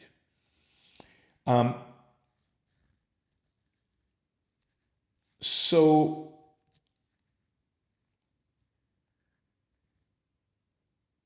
I think that a rule-based system that the market could predict, the market would know if this parameter changes, this is how much, this is how the Fed will be. Get rid of all those PhDs, fire all those people, slim the Fed down, eliminate its budget, and just have a rule, an algorithm that determines the interest rates but doesn't issue digital currency would be good. Now, there was an opportunity for doing that. When Donald Trump was deciding on federal chairman, what was that, 5-6 years ago, he had two finalists. Powell, who as far as I know is a nobody and a nothing, with no background and no reason to believe he would be a good chairman of the Fed. And the second guy was John Taylor. John Taylor, whose Taylor rule is named after John Taylor, an economist from Stanford, good guy. John Taylor would have imposed the Taylor rule. John Taylor would not have been allowed himself to be manipulated by politics and manipulated by Donald Trump. I predicted at the time there was no way in hell Donald Trump would appoint John Taylor as Federal Reserve Chairman. And of course, he didn't. He appointed Powell, who is a nobody and a nothing, easily manipulated, and we got what we got. We got what we got. A Taylor rule during from 2016, 17, whenever it was, 2016, I think, to today would have done a lot better. We wouldn't have inflation now, probably. And the same with nominal GDP goal. Wouldn't have had inflation now.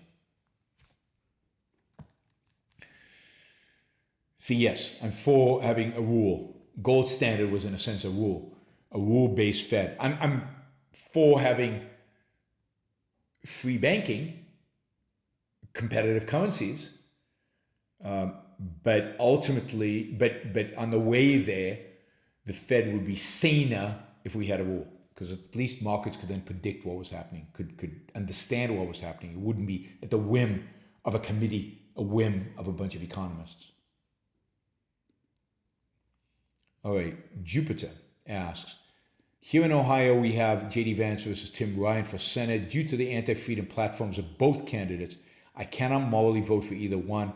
What are your views on abstaining from voting? I'm a huge advocate of abstaining from voting. I've abstained from voting. I abstained from voting in 2016. I probably would have abstained. Well, I'm not sure what I would have done in 2020, but I probably would have abstained. I'm a huge advocate. Ayn Rand was a huge advocate for abstaining from voting.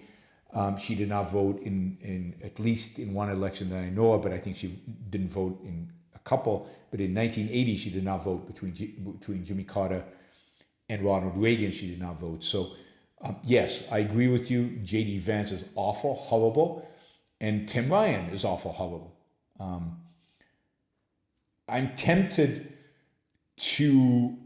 I would be tempted in an election like that to vote for Tim Ryan to send an anti-Trump message.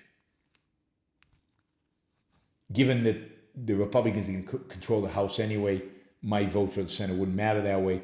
If J.D. Vance is going to win, let him win at the tiniest of majorities in a very red state. That would be a good thing.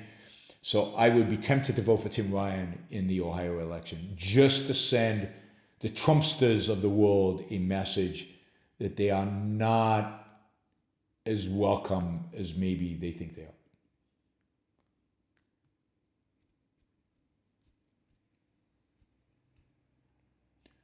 All right. Tazy's mood has improved during the show. I don't know if it's me or the chat. I have no idea. Ryan says, keep inspiring us, Yuan. Thanks. Was that inspiring? I thought that was pretty depressing. I depressed myself, inspired you. That's good.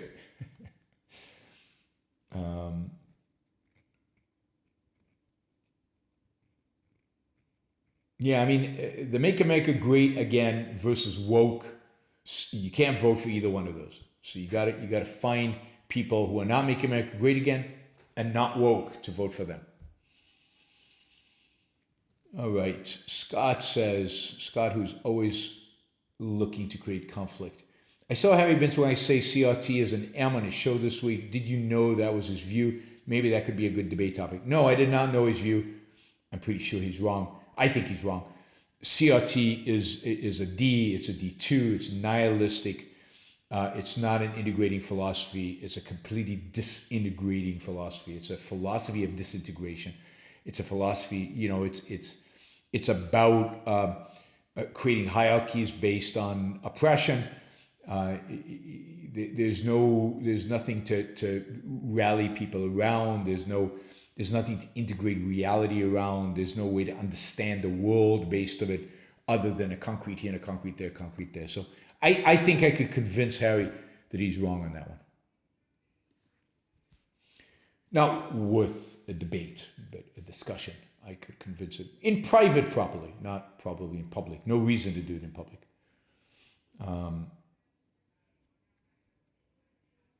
Yeah, I mean, Harry's smarter than I am too, but that doesn't mean he doesn't make mistakes.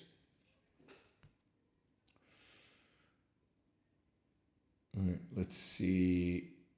Michael says, has bad philosophy turned us all into domesticated tax cattle for philosopher kings? Well, I mean, I call them philosopher kings, but when you say it like that, it's like too nice of a term to call them. The pretend philosopher kings, they're pretentious philosopher kings. They are. Anyway, I mean, there's a sense in which we become domesticated tax cattle. It's not just tax. It's they don't just do it for the taxes. They do it for the control. We become, and you saw that during COVID. We become domesticated. We become sheep. We become easily manipulated and controlled and told what to do and behave ourselves. And that's really what they want and what they love. Pragmatic, unprincipled. They are pragmatic, unprincipled, power-lusting kings. Philosophical is too nice of a term for them, even though I use it all the time. Michael, is preparing for civility fundamentally nihilistic? Its aim is to undercut certainty and absolutes. It appears to be an attack on the mind's ability to grasp reality in no uncertain terms. It is. I don't think it's fundamentally nihilistic. I certainly don't think it's motivated by nihilism. I don't think Papa was a nihilist. I think it's his attempt to grapple with Hume's skepticism. It's an attempt to try to somehow explain knowledge, try to somehow bring some sense of stability and some sense of a scientific method to a world that philosophically was dominated by skepticism. So I think it's actually an attempt by Papa himself to avoid nihilism, although I think in a sense you're right that it ultimately leads to that, but I think he's trying to avoid the consequences of complete skepticism, of complete nihilism, by trying to create a system that, while embracing skepticism, also gives us a scientific method, also leads us to greater and greater knowledge, even though we can never be certain about it. So while I'm negative on Papa, I'm not quite as negative, certainly not on his incentives as maybe that what you imply. Liam says, do we live in a semi-objective society now? No, there's nothing objectivist about society now. There's nothing we live in a semi-free society now. We live in a liberal in a sense of freedom society now. but there's nothing objectivist about society now. We live in a semi-enlightenment inspired society now, but not objectivism, not yet. We're far from that. Michael says, 20 years from now, will we have at least a few objectivists in Congress? Was Paul Ryan the first? No, Paul Ryan was not an objectivist. Paul Ryan was not an objectivist. Never. He would have called himself an objectivist. I would have never called him an objectivist. I don't know. I don't think, probably not. I don't think 20 years from now we'll have an objectivist in Congress. I'm hoping we have a objectivist Jordan Peterson in 20 years. We'll have public intellectuals who have massive followings. Then we'll get to politicians.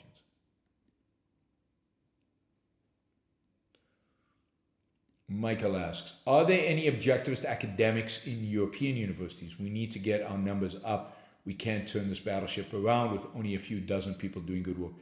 Are there any academics? Not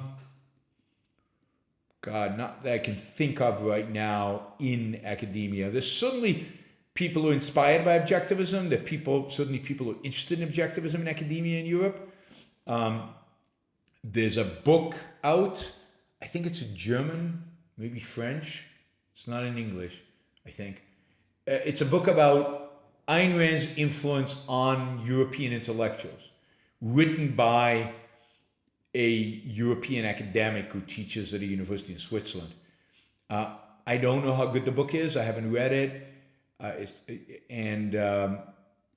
met her a few times, and her understanding of objectives was so.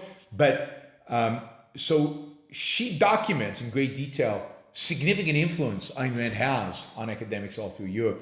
And there have been a number of people in Europe over the years who've got PhDs in different fields who are objectivists, and maybe they're in academia, so I might be wrong. But so there might be some objectivists in academia in Europe. But generally, it doesn't look like academia is the route that objectivist influence is going to have. It's much more likely that we have our own intellectuals out there in the culture changing people. The Ayn Rand University is the primary means by which we're going to educate people and get people engaged with these ideas at the deep level. That Doodle Bunny says, man, Yaron looks old. Thanks a lot. Who the hell asked you? God, you're traveling too much. Need to stick to doing shows from your luxury condo on regular. Traveling and giving talks isn't growing objectivism as much as your show. Maybe. I don't know. I don't know if that's true. People who I travel to and give talks to are always enthused. Some people argue that the talks are incredibly valuable. Many people like me doing talks. It's an interesting balance of how valuable are talks, how valuable are really talks, and how valuable is traveling. I think it's valuable because I think there's nothing like the exchange. You also get a lot of those videos that I do traveling, a lot of those videos that I do on the road, often videos that are watched by a lot of new people. It's how they discover the show. So the videos from the talks are valuable. So I see people are jumping to my defense on not looking old. But thanks a lot, Doodle Bunny. God. Liam says, Putin said he read Ayn Rand probably just because she was Russian. In the 1990s, I think it was the 90s, when Putin was first president, his chief economic advisor was, God, I can't remember his name now. His chief economic advisor was a huge Ayn Rand fan. Talked about Ayn Rand, discussed Ayn Rand, later left Putin because he was so disgusted with Putin. This is way back in the late 90s, early 2000s, and actually worked and maybe still works at the Cato Institute, a huge critic of Putin's. And he's a huge Ayn Rand fan. And he told me that he gave Putin, and indeed on Putin's bookcase is a copy of Atlas Shrugged. He wasn't clear if Putin had actually read Atlas Shrugged or not, but that clearly Putin had a copy of Atlas Shrugged and had a copy of Ayn Rand's novels and knows who Ayn Rand is. And again, his chief economic advisors in the very early years of his presidency was a massive free market guy, massive Ayn Rand fan, and today a senior fellow at the Cato Institute. You can look him up. He's got a very Russian name. I can't remember what his name is. Apollo Zeus says, no, he's just giving me money. Thank you, Apollo Zeus. Appreciate it. Michael says, do you think nuclear power will be decriminalized over the next few decades out of necessity or because of Alex Epstein's influence? Well, I think it's a combination of both. I think Alex is having an influence. He's having an influence of people who are having an influence. I think that if the Republicans come back into the presidency, the one good thing about a Republican president is setting, energy policy. Thank you. Andrei Ilarionov. That is the Ayn Rand fan. That is the former Putin advisor, Andrei Ilarionov, something like that. He's at the Cato Institute. Good guy. I met him a few times, and he was Putin's economic advisor, chief economic advisor for years. Putin never listened to him, and he resigned in disgust and left when Putin did the opposite. So in terms of power, nuclear power, I think there is generally a positive move because of necessity. I think Alex is definitely shaping the debate. He's having an impact on people who have an impact. So that I think that it'll be both. It'll be both. I think without the necessity, Alex would have less of an impact.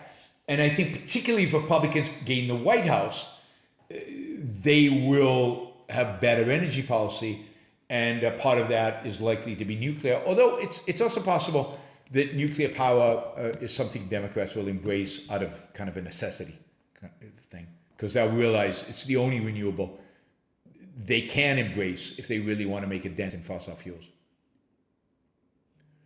Mr. Muffin, what do you think of Jamie Dimon? I'm mixed on Jamie Dimon.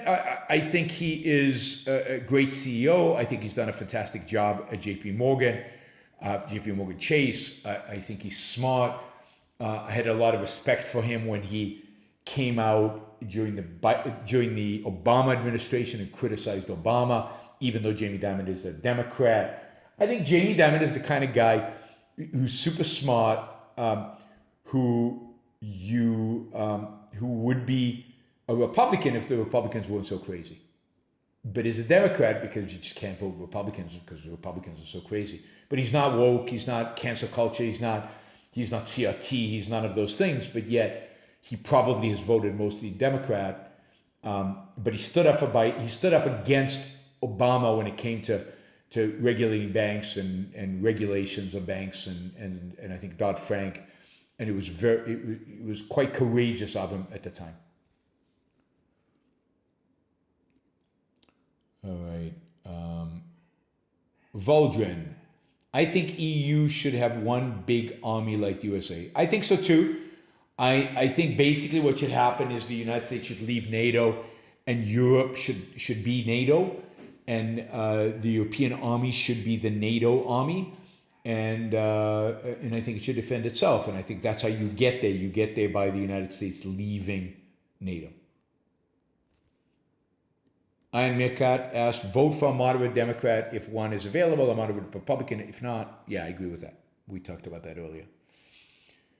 Final Super Chat questions. If you have any question you want to get to quickly, you've still got a chance to do it. Maybe one last $20 questions would be great so we could get over $700. But Troy, again, thank you for the support. Thank you for providing me with the extra boost in motivation by coming in with the 500 Australian dollars every few shows, at least once a month. All right, Michael asks, last super chat, another 20 would be good, from somebody asking a question. How did a mentally irregular buffoon like KW become a billionaire? Does it just show anyone can make it under capitalism? Well, it shows anybody with some appeal. You still have to have an appeal to billions of people. I mean, obviously he was successful in some way. Robin Nasir just gave me $20 from Elon Musk. How did you get it from Elon? So you took it from Elon and you took it from Elon and you gave it to me. I don't know how you did that, Robert. Good job. I don't know how Kanye West, I'm not an expert on Kanye West, but obviously he was very, very successful as a rap artist. He made a lot of money from that. He then must have had good people around him. A lot of rap stars waste all their money. Or maybe he was saner back then. And there's some reason to believe that, what's her name? Kardashian is his wife, former wife, ex-wife, I don't know, is not a dummy. And maybe she helped him make better investments. And maybe that investments did well. Remember, because he had cultural cachet, I think he invested in things like shoes and clothes and things like that again elevated his cachet. He made a lot of money just publicity-wide, and the fact that he married the Kardashian again helped the publicity, the brand. So under relative freedom, which we have, you can create a brand and you can monetize that brand, and you can do very, very well with that brand. So Kim Kardashian has done phenomenally well with her brand. She's a billionaire in her own right. She leveraged whatever she made on television into, I don't know, a beauty brand, a fashion brand, a PR brand. I don't even know, because I don't know that world. But it's Kardashian. Thank you, Kudabaya. You're right. It's Kardashian, not Kat. Any Kardashian. Kim Kardashian. So I don't know the details, but it is true that if you're successful in a particular venture and you affect hundreds of millions of people, which Kanye West has, his music has had a profound, massive impact. Whether it's positive or negative is a different question, but people are clearly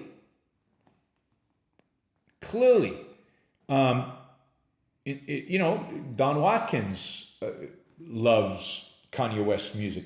So he's had a profound impact on people. So he deserves to be a billionaire in a sense of his impacting hundreds of millions of people. He's impacted the whole field of rap and hip hop and whatever, of music in the last 10, 20 years. And as a consequence, globally, so he's had a massive impact globally. That made him a billionaire. And then he invested that money well into things that are consistent with that kind of brand that he developed. And what's hurting right now is the brand is being hurt by his stupid comments. And of course, he's doing stupid things and saying stupid things. You remember when he rushed up the stage in the middle of a award ceremony and said, "You don't deserve this prize, somebody else does," and all this stuff. He's a flake. He's always been a flake, and it's obviously he's becoming worse of a flake. So it's sad to watch. It's sad to see. And really, the most dominant emotion you should have when seeing somebody like Kanye is sadness that this is his state, and sadness at our culture that we still kind of revere him and treat him the way that we do, in spite of the fact that clearly he's a little off mentally. All right. Thank you, guys. Really appreciate the support. We made it to 650. Thank you, Troy. Thank you to everybody else who supported the show today. Asked questions, good questions. The show almost 2 hours. That's great. Not sure when I'm going to do another show. Maybe on Sunday, not tomorrow. I'm going to the opera tomorrow. I'm going to see Aida in Madrid. Yesterday we saw flamenco. I love flamenco. So we went to see a flamenco show. It was fun. It was a blast. There's something about flamenco where men are men and women are women. Maybe I'm going to get into trouble for that. But yes, flamenco is a very masculine dance. When the man dances, it's like, I'm going to, show off my masculinity. And it's a very feminine, tough feminine. But the women are always, I don't know, angry and depressed in flamenco. But there's something very powerful and strong in them. It's truly, Truly beautiful. I like it. I really enjoy it. The singing is kind of sad and wistful and interesting sound. So I like flamenco. So we watched that. That was yesterday, and then tomorrow we're going to see Aida at the Madrid Opera House, beautiful opera house. We walked by it yesterday.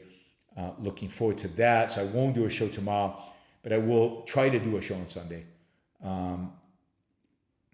Nathan Smith says, how much time a day do you spend keeping up with the news, and what resources do you use? I mean, that's a hard answer. I'm basically, particularly when I'm home, I'm basically constantly following the news, not in the sense that that's my primary focus, but it's always in the background. I don't listen to news, and I don't watch news. I do not watch television news. I find that mind-numbing, stupid. The only time I watch television news is on breaking stuff, like a terrorist attack just happened, something, the January 6th, something where it's breaking, where you want to see the action, you want to see it as it develops. But otherwise, I never watch news. Watching news is super dumb and depressing because it's you don't learn anything. It's repetitive, it's shallow, it's stupid. And it's repetitive and empty. So I read. So what do I look? I Google News, Apple News, which allows me to scan the headlines, and then I look for headlines that are interesting, and if the story is interesting, then I look for a number of different angles on it, so I can try to get a little bit of a sense of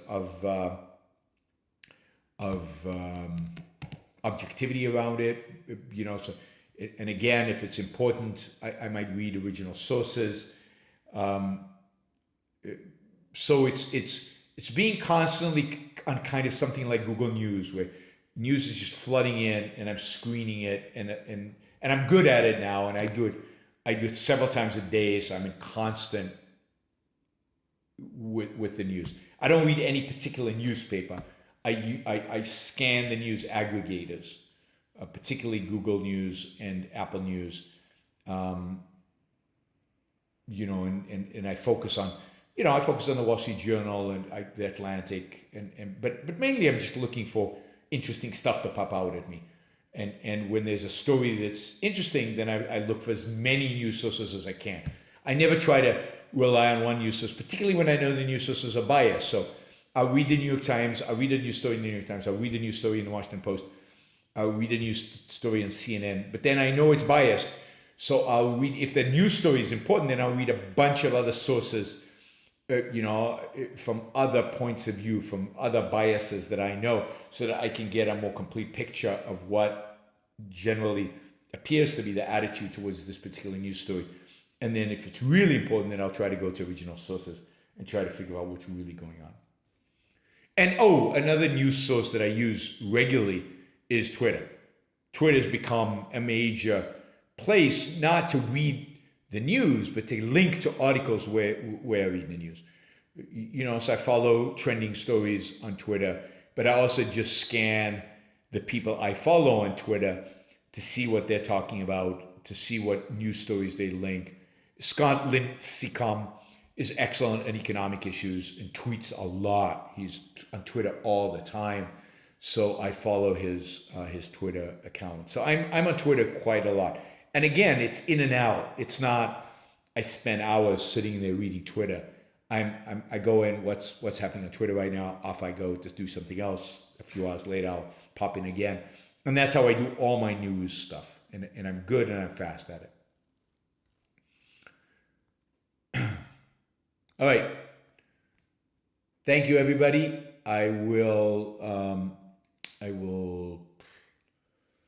see you all tomorrow. Not tomorrow, Sunday. Next show is on Sunday. All right, everybody. Have a great weekend. Today is Friday night. So have a great weekend. Don't forget, if you want to support the show, you can do it on youronbrookshow.com/support. Many of you are doing it on Patreon these days. Thank you for the Patreon new subscribers. You can do it on Subscribe Star, and you can do it on Locals. Thank you for everybody who supports the show, and I will see you all on Sunday. Thank you, X-Facts.